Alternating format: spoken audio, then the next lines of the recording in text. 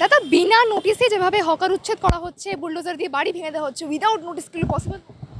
না, এটা নিয়ম না, এটা গণতন্ত্র বিরোধী, আইন বিরোধী, সংবিধান বিরোধী। তারা তাদের দলীয় সংবিধানকে গণতন্ত্রে সংবিধানে পরিণত করতে চায়। এর বিরুদ্ধে তীব্র প্রতিবাদ শুরু হয়েছে। এটা ঠিক নয়। মানুষের মৌলিক অধিকার আছে তার বাসস্থান, সেটাকে উচ্ছেদ করা এটা একেবারে অগণতান্ত্রিক কায়দায়, ফ্যাসিস্ট কায়দায় সে কাজ তারা করছে। যেখানে সরকার রাজধর্ম পালন করতে চেয়েছিল, প্রথম দিনের বিধানসভার ভাষণে মানব ধর্ম পালন করতে চেয়েছিল, সেটা তারা 190 ডিগ্রি ঘুরে পুরোপুরি উল্টোটা করছে।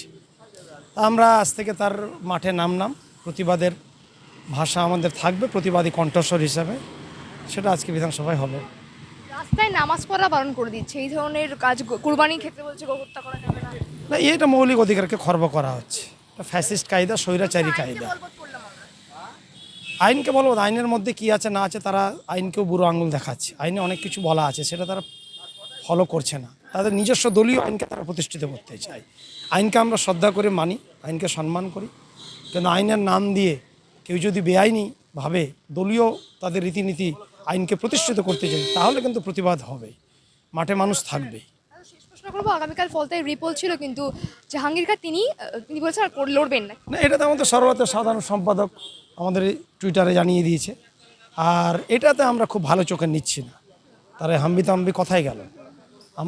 আমরা লড়বো, শেষ পর্যন্ত লড়বো, ফাইট দেব। বিজেপি যে কায়দায় ভোট করাতে চাক, তবুও আমরা ফাইট দেবো। কিন্তু এইভাবে পিছপা আমরা তৃণমূল কংগ্রেস কর্মীরা, যারা প্রকৃত তৃণমূল কংগ্রেস কর্মী দুঃসময়ে থাকে, তারা পিছপা হয় না।